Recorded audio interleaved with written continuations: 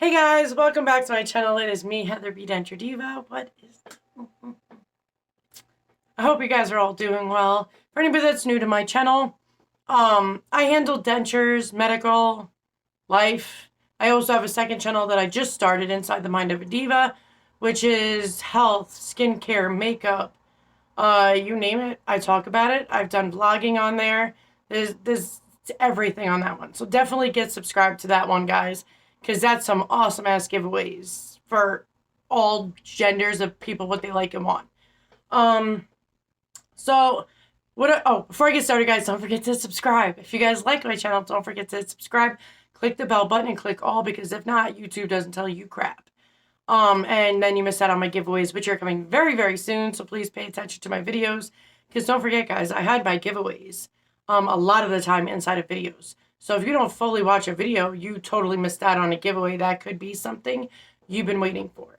Okay, so I wanted to do this video. You know, it's kind of scrambled because there's a few things I want to talk about. One, I'm 2 years into my tops. I'm still getting a bone chip. Somebody once asked me a while ago, can you get bone chips at 2 years? I'm like, well, I guess if you have soul healing, anything is possible in life, guys. Anything is possible. And until the last month, I've noticed I have a bone chip like right in here, up there, and I'm like, I can easily just take it out 2 years, but it ain't bothering me. It ain't doing anything. Just let it come out on its own.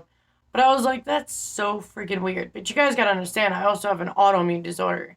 Actually, I have many. I have MS, scleroderma, which scleroderma is the biggest one. It's rare and super deadly.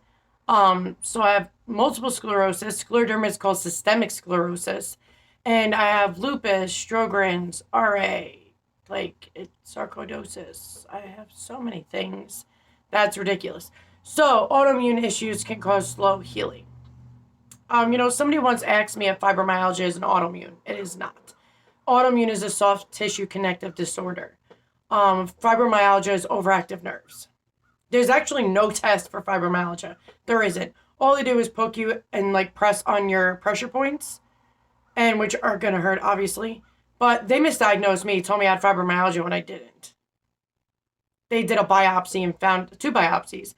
Found out I have small fiber neuropathy, which is my small peripheral nerves are dead, and the ones that are there are super overactive, which has killed off some of my organs, caused major issues.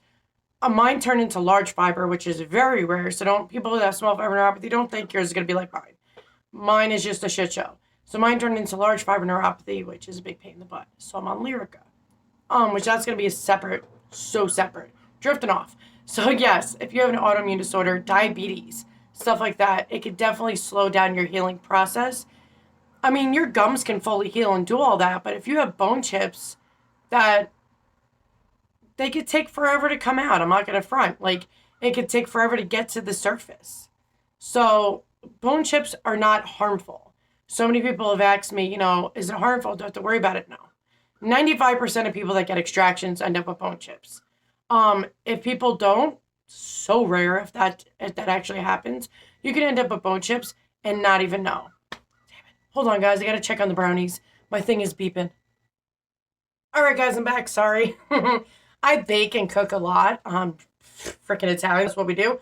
But I'm making homemade from scratch brownies with chocolate chips inside. So that's what the beeping was the timer for it. It's still going, though. I literally made a homemade cheesecake by scratch. I'm not saying about, ready, no bake cheesecake. No. I made full-on homemade cheesecake, and that shit was gone in a day and a half with everybody eating it. I'm glad it tasted good. And I make mine thick, so, go big or go home, right?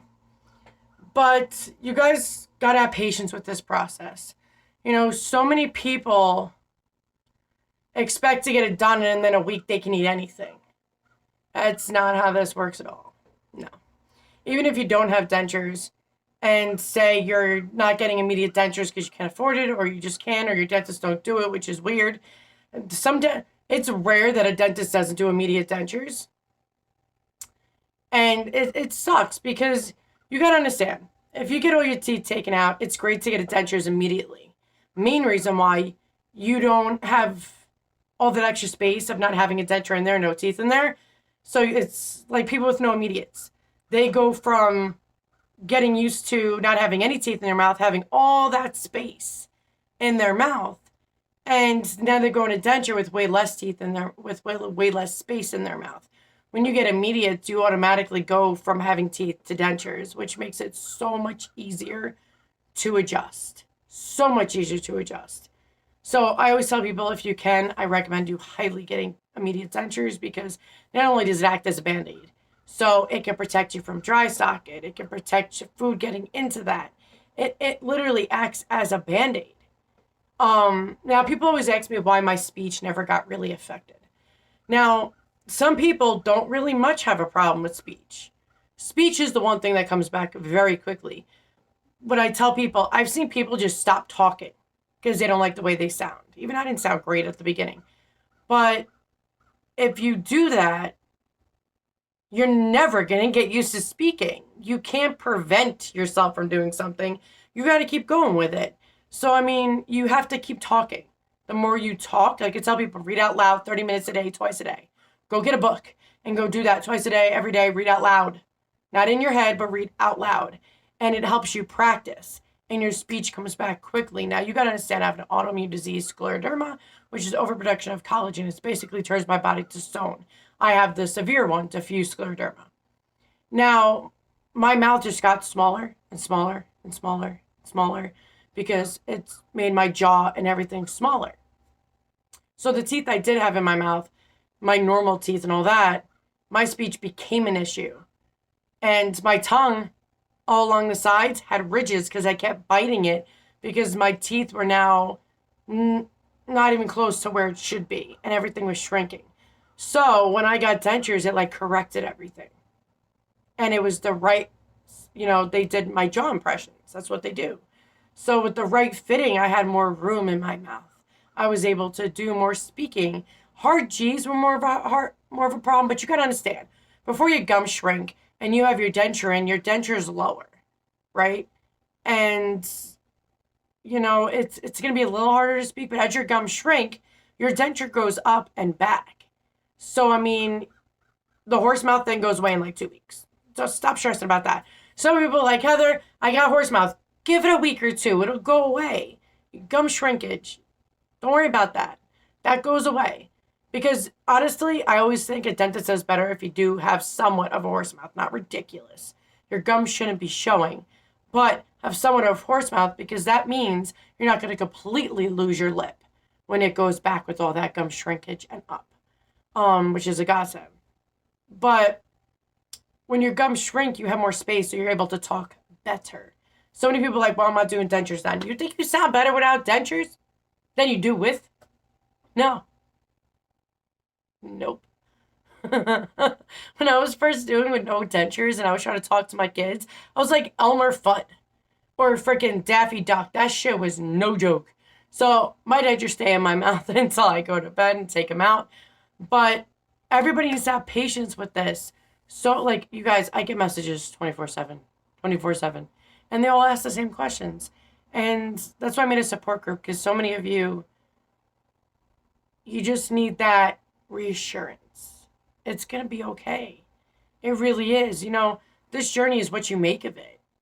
If you give up, you're giving up on yourself and you're giving up on your denture. Remember, this is just a freaking piece of plastic and acrylic. Don't let it own you. Own it. Gain control of it. You tell it what it's going to do. If you have too much gum shrinkage and adhesive isn't working anymore, do a soft reline. You should be doing a soft reline and immediate dentures every month and a half, 2 months. Between a month and every 2 months. Gum shrinkage. You get a soft reline down within a week, boom, loose again. That's when you need adhesive. But it's the permanent denture stage where, in theory, they don't want you using adhesive. But if you have a lot of gum shrinkage still after a year, it happens.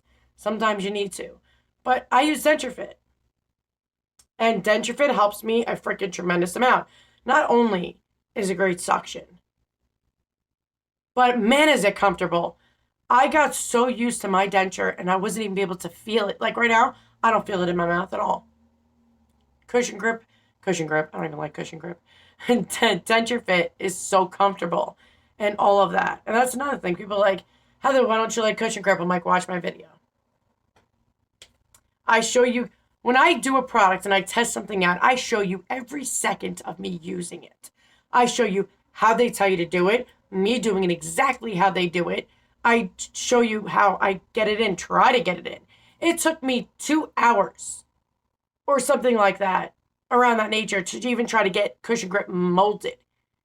And I remember the company saying, yeah, I know the product is hard. I don't think you should follow directions. I'm like, well, what the hell do you have the directions for? They're like, you could do it like some people do. They make it into a little ball and just fit it where you need it. I'm like, no, I ain't doing that drama bullshit. I'm not doing all this different. No. I want one product that freaking works and holds its own. Thank God for Denture Fit. And people that actually try it and like, all right, Heather, we're finally going to try it because, we see how easy it is for you. Then they tell me that they don't even use adhesive anymore, that they love Denture Fit more than anything. I don't work for any company, guys. I don't work for a damn person. I just prefer to just give out what I think, what I've seen, what I've shown, proof. And when it's my opinion, it's my opinion. When it's a fact, it's a fact. But everybody gives up during this process. And you can't just throw in the freaking towel. You can't just quit on yourself. You went through hell with infections, broken teeth, abscesses. You know how much that ruined your life? Yeah, health stuff can mess with your denture stuff and your denture, like not your denture stuff, your bad teeth, and your bad teeth can mess with your health. It totally can do that. Everybody knows that. But the one thing you got to understand is even when I had my kids, I ended up with pregnancy gingivitis. And when you have kids, for a woman, it sucks the nutrients out of your body, which means your teeth as well. And it's everything. It could be autoimmune that causes it, or diabetes that causes it, or when you have severe dry mouth like I do, that takes away, like your saliva, what it does is it helps push the bacteria out and it cleans your teeth naturally in a sense. So where the saliva is needed. And when you have dry mouth like me, your teeth just die quickly. It sucks. But we chose to get dentures to have a better quality of life. So you can't just give up on yourself because it's difficult at that moment. No good or bad lasts forever. So don't think in that moment when it's painful to eat, because you guys, it's going to be painful to eat in the beginning. It's going to. Don't take out your freaking denture because it hurts. Your gums have to toughen up. Therefore, we have to toughen up.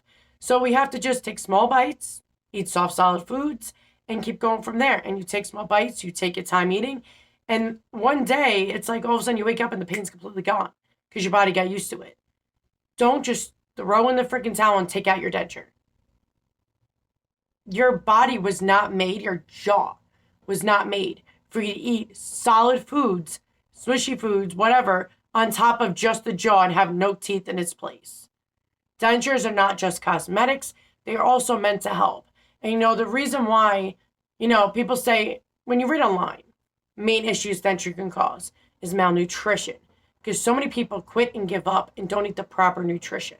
First of all vegetables can be softened ridiculously. So you can always have your vitamins.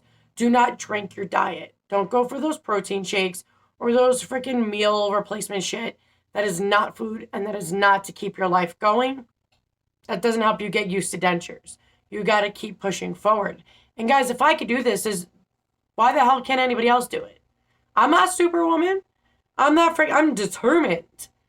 And like I always tell you guys, I've always told you guys this, that your mindset is what you make it. If you have a negative mindset going into this, then every little thing that happens, bone spurs, bone chips, your denture moving a bit, whatever, it's going to make it seem like it's the world's biggest issue and you're going to give up. If you're determined, take one day at a time, take one issue at a time. What can help? What can you do to make your life better quality of life? Then you keep pushing through and you're determined. One day you're going to end up like me to where you can eat absolutely freaking anything and you have no pain anymore. That's another thing I want to tell you guys. Before my dentures, even when I had healthy teeth, I've always had TMJ problems. I have soft tissue connective disorder and it tightens all up in here. And many of you, autoimmune or not, a lot of people have TMJ issues. It's common, especially people talk too much. If you're a singer, if any of that, it can cause it. I did do a TMJ video because there are doctors on here that showed how to do the massages and exercises for TMJ. And now I have no problem anymore with my TMJ joint. Thank God. Because I stick to it. You guys, if I want something to be better, I make it happen. I don't give up. I'm not like one of those people like you want to go on a diet, you do it for a week and then you give up. No, I keep going with it. It's like my skincare. My skin got so much better because I have a new skin regimen. Stuck with it for 3 months and now my skin completely cleared up. No filter. Like, if you want something, you fight for that shit. And a lot of people just give up. And I don't want you guys to just give up.